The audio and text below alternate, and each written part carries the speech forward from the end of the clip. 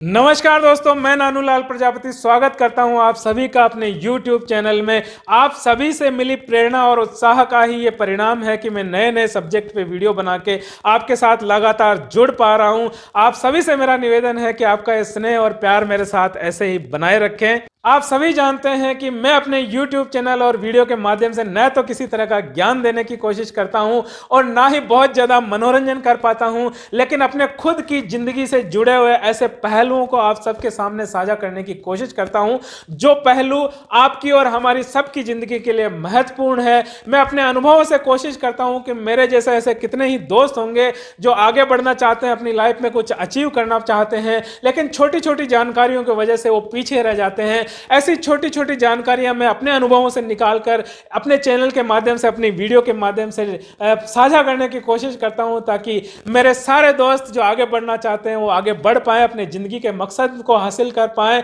और कुछ अचीव कर पाएं। तो दोस्तों, बिना किसी फॉर्मेलिटी के, बिना कोई भी वक्त गंवाए हम आज के विषय की बात करते हैं।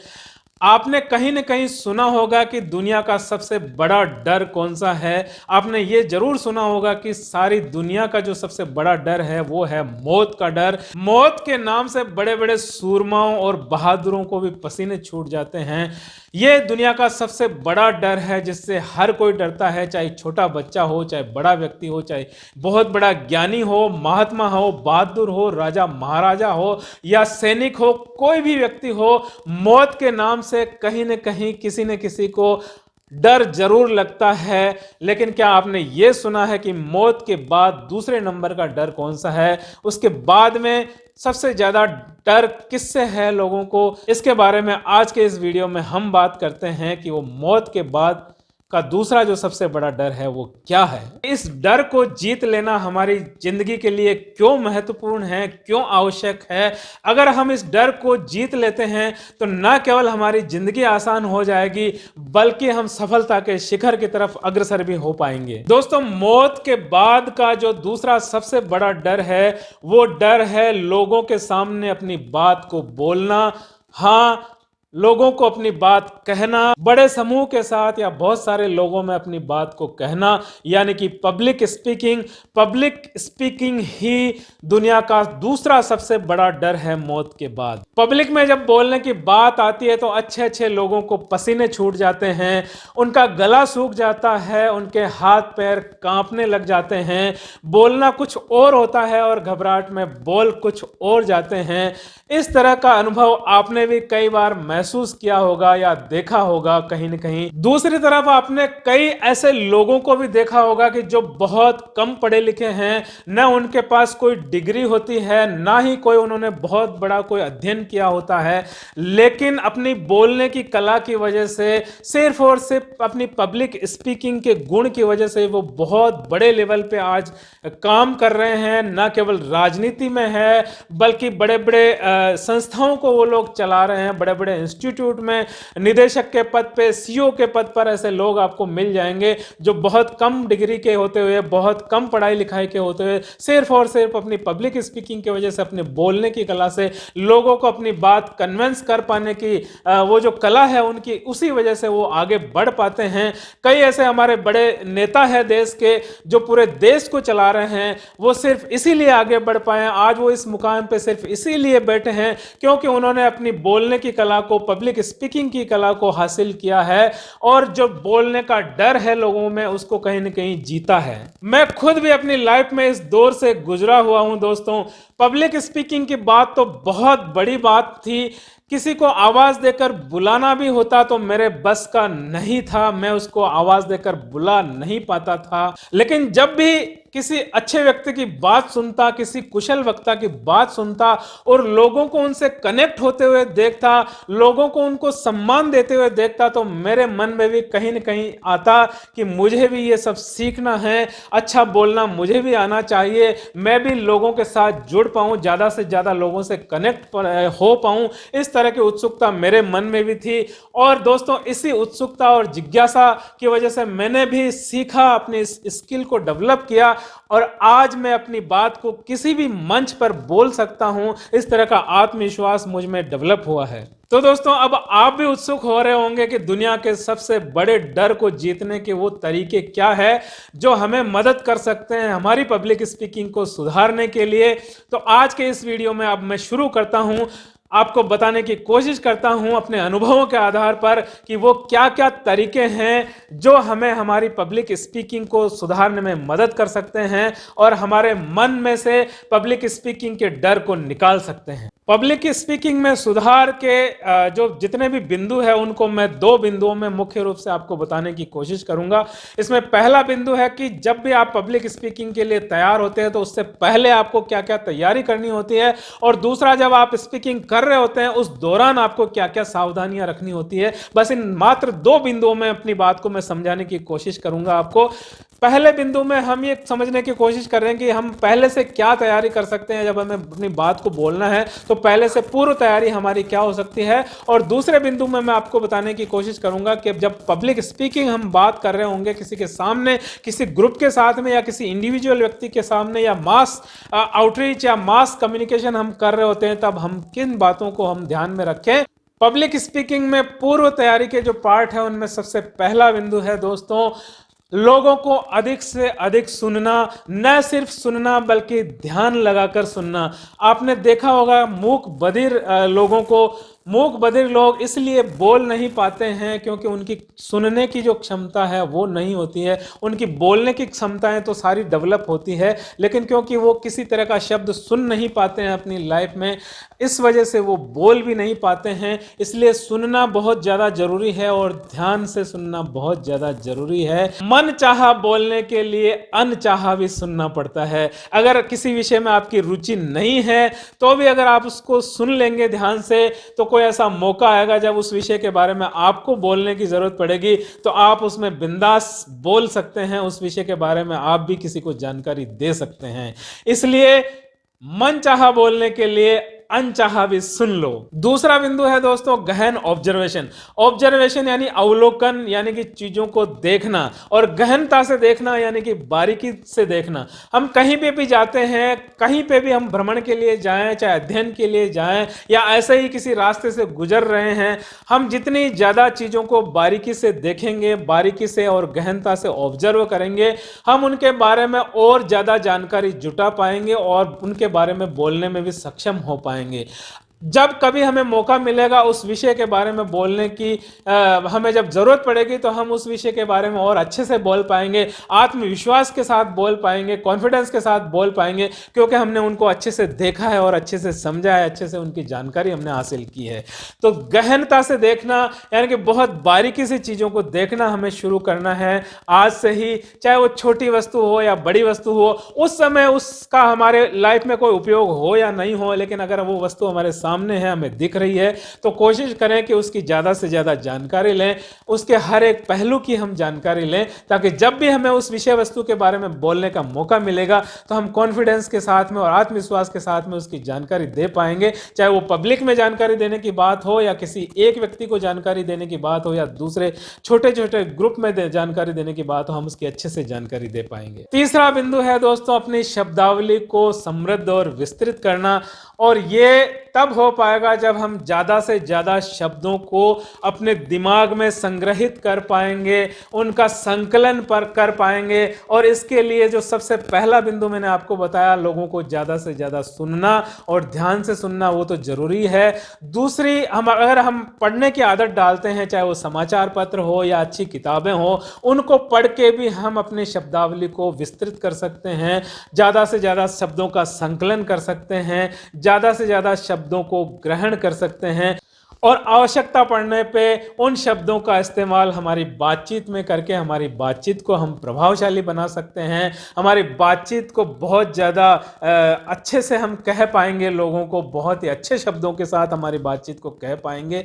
शब्दावली को विस्तृत करने के साथ साथ उन शब्दों का अर्थ समझे हम, अर्थ के साथ साथ उनका भावार्थ, और अगर उनके 2 तरीके के या 3 तरीके के अर्थ उनके निकलते हैं तो उनको भी हमें समझना जरूरी है। साथ साथ उनके समानार्थी जो शब्द, अर्थों के शब्द हैं, उनको समझने और जानने के साथ साथ ये भी जरूरी है कि उन शब्दों से जुड़ी हुई कहावतें क्या हो सकती है, मुहावरे क्या हो सकते हैं, वो सारी जानकारी हासिल करके भी हम अपने संप्रेषण को प्रभावी बना सकते हैं, हमारी पब्लिक स्पीकिंग को और ज़्यादा इफेक्टिव बना सकते हैं। दोस्तों, अगर हमें पहले से ही पता है कि कहीं पे हमें हमारी बात रखनी है, कोई बात कहनी है, भाषण देना है या किसी को संबोधित करना है, अगर इसकी सूचना हमें पहले से ही है तो ये बहुत अच्छी बात है। हम उस विषय वस्तु के बारे में पहले से जानकारी जुटा सकते हैं, अध्ययन कर सकते हैं, उससे संबंधित पढ़ाई कर सकते हैं और आजकल तो गूगल में हर चीज़ को सर्च करके उसको देखा जा सकता है, समझा जा सकता है और अध्ययन करके हमारे अपने तरीके से, हमारी अपनी भाषा में उस बात को हम कह सकते हैं। पांचवा और महत्वपूर्ण बिंदु है दोस्तों, पब्लिक स्पीकिंग का हमारा उद्देश्य क्या है।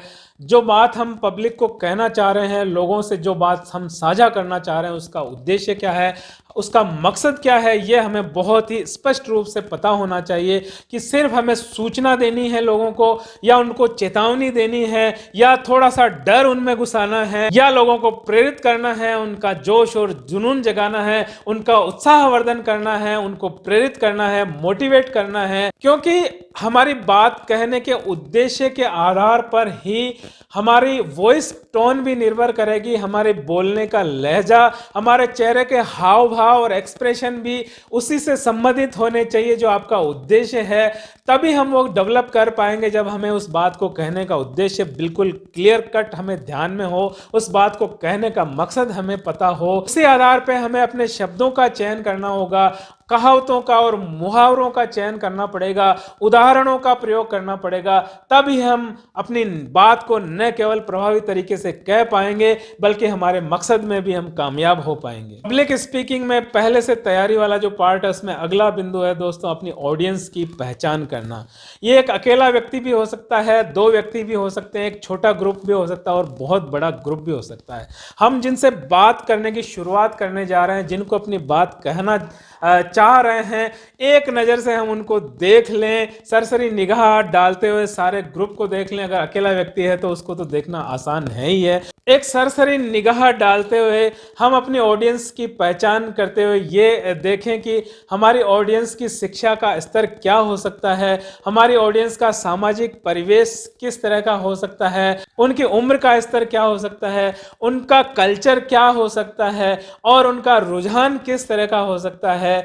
युवा लोगों का रुझान अलग तरीके से होगा, बच्चों का रुझान अलग तरीके से होगा और अगर वृद्ध लोग हैं हमारी ऑडियंस में तो उनका रुझान अलग होगा। तो ये सब बातों को असेस करते हुए हम हमारी बात को और भी ज़्यादा प्रभावी तरीके से रख सकते हैं, क्योंकि हम हमारी जब ऑडियंस को हम पहचान लेते हैं तो उसी तरह के शब्दों का हम प्रयोग करेंगे, उसी तरह के बातों का हम प्रयोग करेंगे, उसी तरह की कहावतों और मुहावरों का हम प्रयोग करेंगे। तब हमारी बात बहुत ही ज़्यादा महत्वपूर्ण होगी और प्रभावशाली भी हो पाएगी।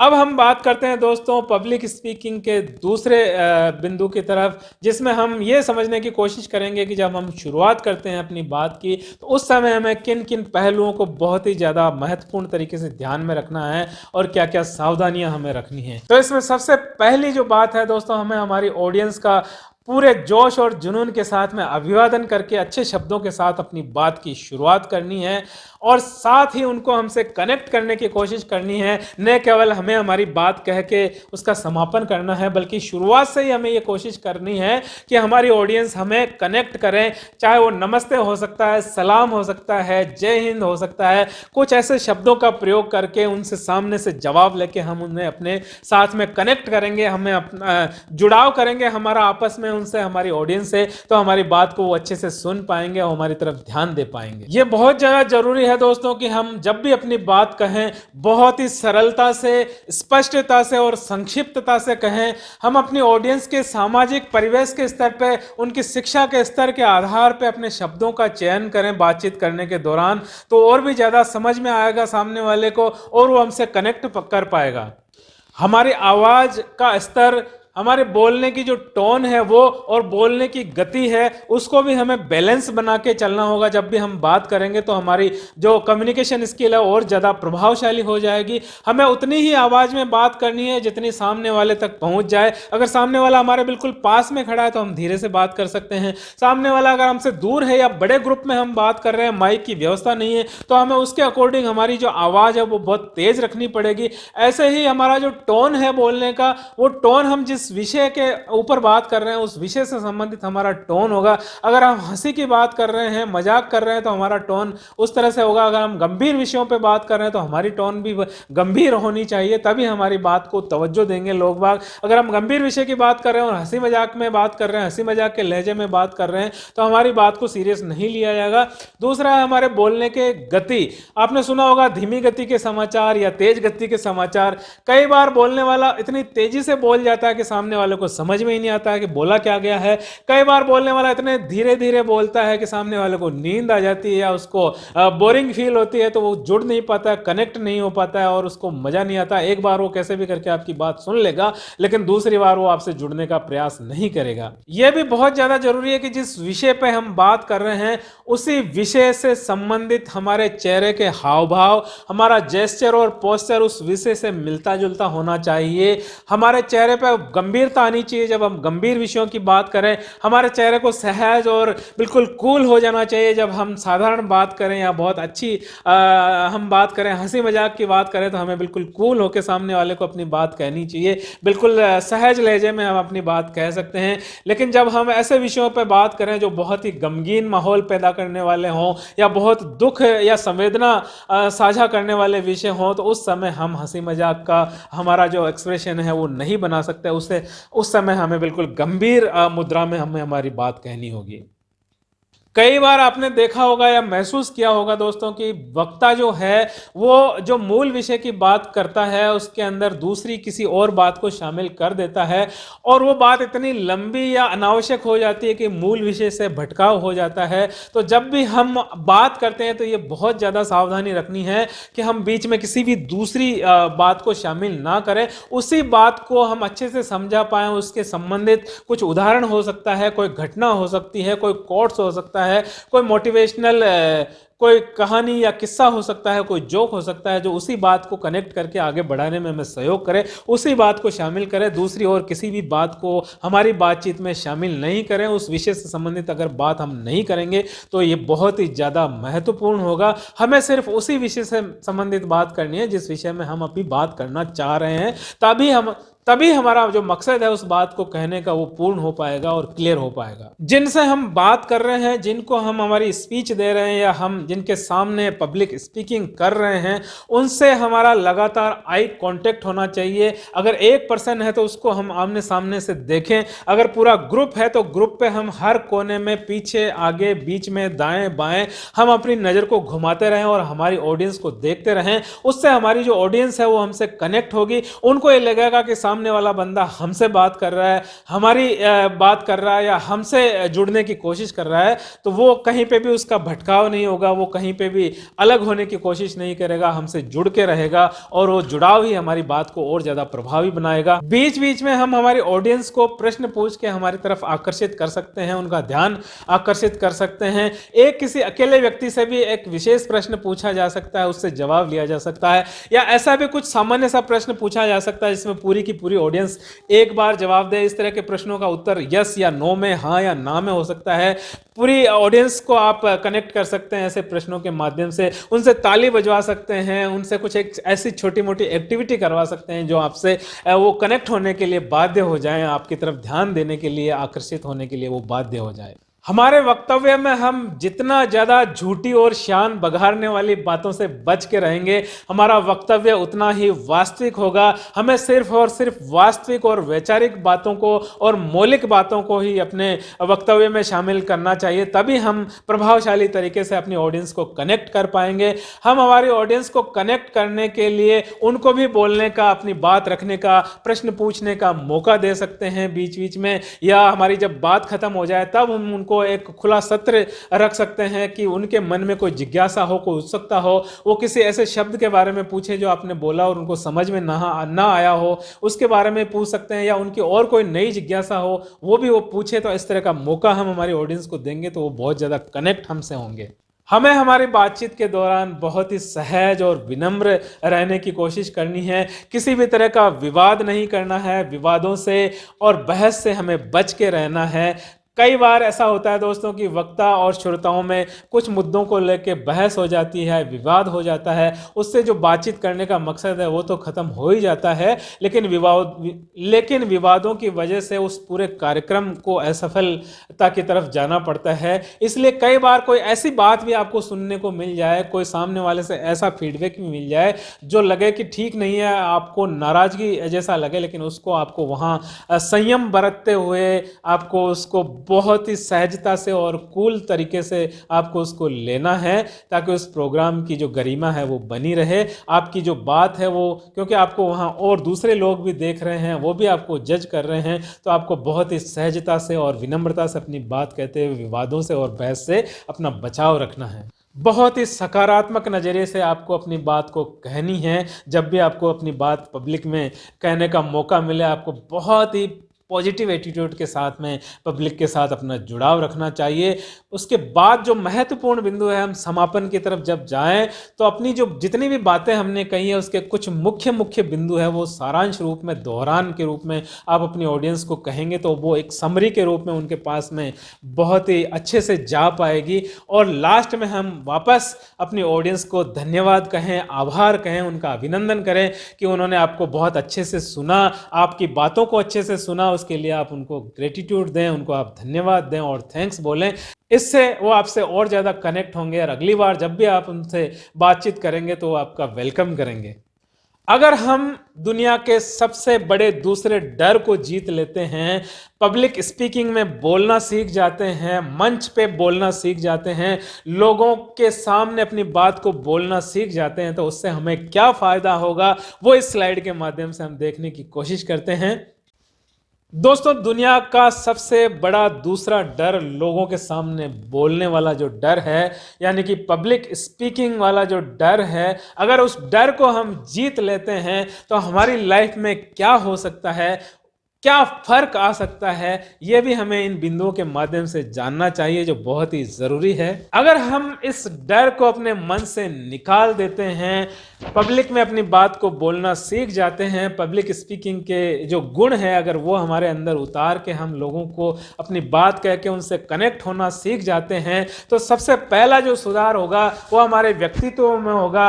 हमारा जो कॉन्फिडेंस है, सेल्फ कॉन्फिडेंस है, उसमें इतना ज़्यादा सुधार हो जाएगा, इतना ज़्यादा हमारा कॉन्फिडेंस बिल्ट हो जाएगा कि हम किसी भी विषय पर कितने भी लोगों के सामने अपनी बात को आसानी से, सरलता से, सहजता से रख पाएं। इस तरह का आत्मविश्वास हमारे अंदर आ जाता है। इससे हमारी अलग ही पहचान बनती है, हम लोगों से कनेक्ट होते हैं, लोग हमसे जुड़ते हैं और इस वजह से हमारे व्यक्तित्व में एक अलग तरीके का निखार आना शुरू हो जाता है और हम व्यक्तित्व विकास की चरम सीमाओं तक जाने की हमारी जो ललक है, जिज्ञासा है, उसको और ज़्यादा हम उसकी तरफ अग्रसित होने की कोशिश हमारी रहती है। हमारे पर्सनल और प्रोफेशनल दोनों तरह के रिश्तों में इम्प्रूवमेंट आता है। लोग हमारे नज़दीक आते हैं, हमारे काम में मदद करते हैं, हमसे मदद मांगते हैं या हमें मदद देते हैं। इससे हमारे न केवल व्यक्तिगत रिश्ते सुधरते हैं बल्कि हमारे व्यावसायिक और प्रोफेशनल रिश्ते भी सुधरते हैं और उसका फ़ायदा मिलता है हमें हमारे काम में। जिस व्यवसाय या जिस काम में हम जुड़े रहते हैं उस काम में गति आ जाती है या उसकी सफलता की तरफ हम जाने के लिए आगे बढ़ जाते हैं और उसमें हमें सफल होने में मदद मिलती है। हम जिस काम से जुड़े हैं वो काम भी बेहतर होगा और लोगों से जुड़ाव होने की वजह से हमारे रिश्ते बेहतर होंगे। हमारी किसी भी काम को करने के लिए जो लागत आती है वो लागत में कमी आएगी। हम जिस काम को करते हैं अगर अच्छे से दक्षता के साथ करते हैं, हमारे कॉन्फिडेंस के साथ करते हैं, तो उसमें जो खर्चा आना होता है वो खर्चा भी कम आएगा। और हमारी जो स्किल अगर डेवलप हो जाती है लोगों के साथ में बातचीत करने की, लोगों को कन्विंस करने की, तो हम एज ए ट्रेनर अपने आप को विकसित कर सकते हैं। और हम हमारी जो क्षमता है, दक्षता है, हमारी जो स्किल हमने डेवलप की है बहुत मेहनत से, उसको हम व्यावसायिक रूप से भुनाते हुए उसका लाभ भी हम लेते हुए वित्तीय लाभ भी हम प्राप्त कर सकते हैं। दोस्तों, पब्लिक स्पीकिंग का जो विषय है वो इतना गहरा और विस्तृत विषय है कि एक वीडियो के माध्यम से या 10 मिनट में से समझना बहुत मुश्किल है। इसलिए आज के इस वीडियो में हम इतनी ही बात करेंगे। मेरा यह प्रयास रहेगा कि इसके अलग अलग पहलुओं में मैं छोटे छोटे अलग अलग वीडियो बना पाऊँ और आपके साथ में शेयर कर पाऊँ। बहुत ही जल्दी मेरी कोशिश रहेगी कि इस विषय से जुड़े हुए अन्य जो पहलू है, चाहे वो कम्युनिकेशन स्किल को इन्हांस करना हो, या स्टेज के डर को हम कैसे ख़त्म कर पाएँ, या स्टेज प्रोग्राम में जब एंकरिंग करेंगे तो एक अच्छा एंकर हम कैसे बन पाएँ, शुरुआत कैसे करें हम हमारी एंकरिंग की, बीच बीच में क्या ऐसा इनोवेटिव आइडिया लेके आए जिससे हमारी जो पब्लिक स्पीकिंग की कला है वो बहुत बेहतर कैसे हो सके, तो लोगों से कनेक्ट कैसे हो, लोग हमारी तारीफ कैसे करें, लोग हमारे लिए तालियां कैसे बजाएं। ऐसे बहुत से वीडियो मैं बना के बहुत जल्दी आपसे शेयर करूंगा ताकि आपकी जो पब्लिक स्पीकिंग है, आपका जो कम्युनिकेशन स्किल है वो और ज़्यादा बेहतर हो पाए, उसमें और ज़्यादा सुधार हो पाए, और आप न केवल इन वीडियोस के माध्यम से अपना पर्सनल डेवलपमेंट कर पाएं बल्कि प्रोफेशनल डेवलपमेंट भी कर पाएं और सफलता के शिखर की तरफ आप आगे बढ़ें। मेरे अनुभवों से जुड़े हुए आपकी और हमारी सबकी लाइफ में काम आने वाले इस तरह के बेहतरीन और महत्वपूर्ण विषयों की अगर आपको नियमित जानकारी लेनी है तो मेरे साथ में बने रहें। अगर आपने अभी तक इस चैनल को सब्सक्राइब नहीं किया है तो सब्सक्राइब जरूर कर दीजिए, साथ में बेल आइकन जरूर दबाएं ताकि जब भी मैं नए विषय पे वीडियो बना के अपने YouTube पे अपलोड करूं उसका नोटिफिकेशन सीधा आपके पास पहुंच जाए और आप मुझसे कनेक्ट हो पाओ, मुझसे जुड़ पाओ और मेरी बातों को सुन पाओ और हमारा जो ये रिश्ता है और ज़्यादा बेहतर हो पाए। तो दोस्तों बहुत जल्दी मैं कोशिश करूंगा कम्युनिकेशन और पब्लिक स्पीकिंग से संबंधित नया वीडियो आपको साझा कर पाऊं। तब तक के लिए नमस्कार, जय हिंद, जय भारत।